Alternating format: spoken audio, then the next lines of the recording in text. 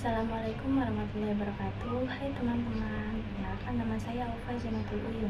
Saya di sini tidak sendirian karena saya bersama teman-teman saya yaitu Bagus dengan Bidin. Assalamualaikum warahmatullahi wabarakatuh. Perkenalkan, nama saya Bagus Tri Cahya Priyatna. Assalamualaikum warahmatullahi wabarakatuh. Saya Zainal Abidin. Baik, sudah pada kenal dengan teman-teman saya. Selanjutnya mari kita simak materi pembelajaran dari Bihar dan Lian. Simak baik-baik ya teman-teman. Baik, langsung saja di sini saya akan menjelaskan pengertian dari Dihar dan Lian. Dihar dan Lian merupakan dua konsep dalam hukum Islam yang berkaitan dengan pernikahan. Dihar di sini adalah ucapan seorang suami yang menyamakan istrinya dengan anggota tubuh mahram, seperti ibu atau saudara perempuan. Sementara li'an di sini yaitu sumpah seorang suami yang menuduh istrinya berzina dan diikuti dengan sumpah sang istri untuk menyangkal tuduhan tersebut. Kedua konsep ini memiliki sejarah atau aturan hukum yang unik. Ia akan dibahas secara rinci. Selanjutnya saya akan menjelaskan sejarah Dihar. Yang pertama, Khawlah binti Sa'labah. Khawlah di sini seorang wanita yang menikah dengan Aus ibnu As-Samit. Yaitu suatu hari Aus mengucapkan zihar kepada Khawlah setelah melihat istrinya sholat dengan khusyuk. Karena hasratnya bangkit, namun Khawlah menolak. Setelah mengucap salam, ia langsung mencumbunya dengan sembrono. Khawlah menolak sehingga suaminya kesal dan kemarahan menguasai jiwanya. Tanpa pikir panjang, ia mengharamkan Khawlah atas dirinya. Suaminya itu berkata, "Engkau haram bagiku seperti haramnya punggung ibuku." Kemudian yang kedua, pengaduan Khawlah kepada Nabi, yaitu Khawlah mengadukan masalahnya kepada Nabi Muhammad SAW, namun belum menerima wahyu mengenai hukum dihar saat itu.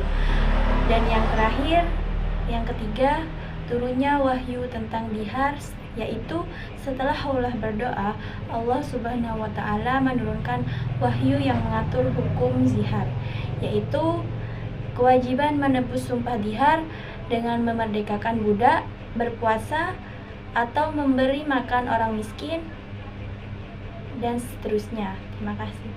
Kemudian saya akan menjelaskan lafaz dari dihar.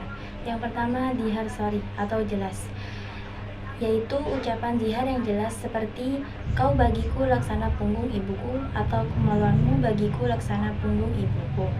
Kemudian yang kedua, zihar kinayah atau kiasan, yaitu ucapan zihar yang bersifat kiasan seperti kau bagiku laksana ibuku. Dalam hal ini yang diperhatikan adalah niat si suami. Kemudian yang ketiga, kesepakatan ulama, yaitu mayoritas ulama sepakat bahwa ucapan zihar yang menyamakan istri dengan anggota tubuh mahram lain selain ibu juga dianggap sebagai zihar. Assalamualaikum warahmatullahi wabarakatuh. Perkenalkan, nama saya Bagus Tri Cahya Priyatna. Di sini saya akan menjelaskan tentang pengertian li'an. Pengertian li'an tersendiri yaitu ada 3 bagian ya. Yang pertama yaitu definisi li'an, yang kedua ialah ciri-ciri li'an, dan yang ketiga ialah perceraian karena li'an. Yang pertama ialah definisi li'an. Dalam definisi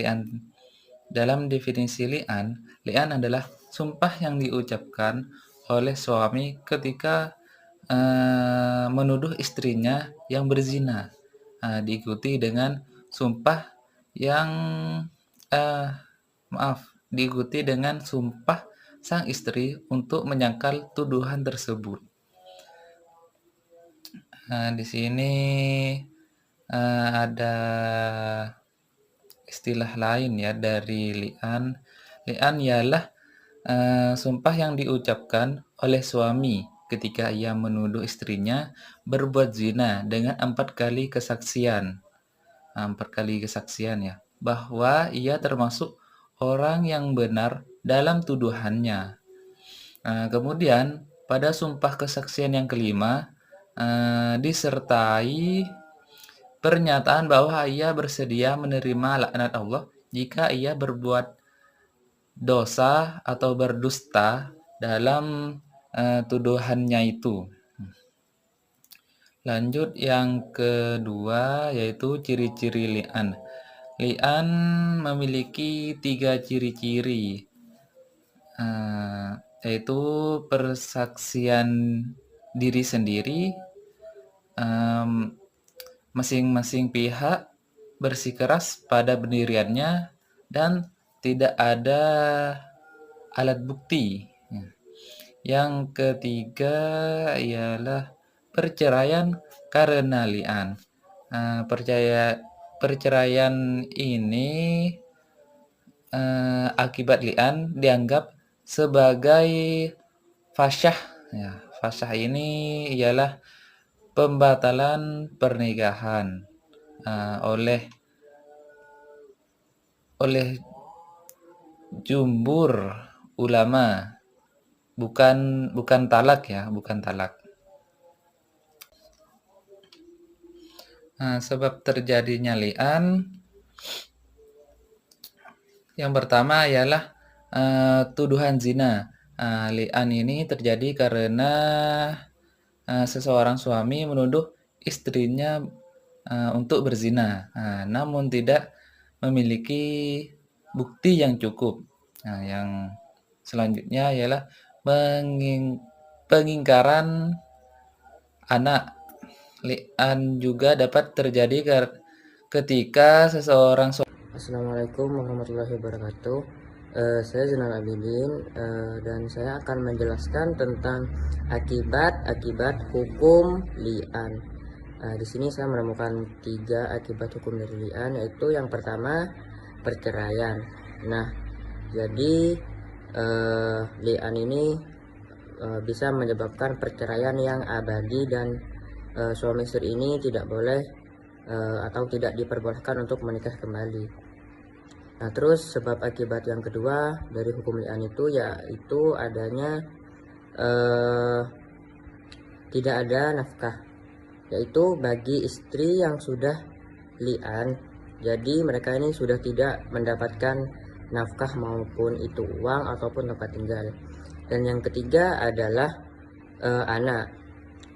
Jadi nasab anaknya ini sudah tidak tersambung kepada ayahnya, jadi anaknya ini cuma nasabnya kepada ibunya saja.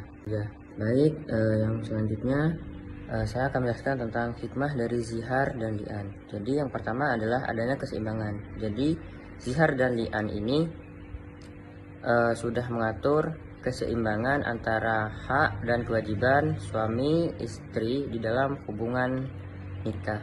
Terus yang kedua yaitu keadilan.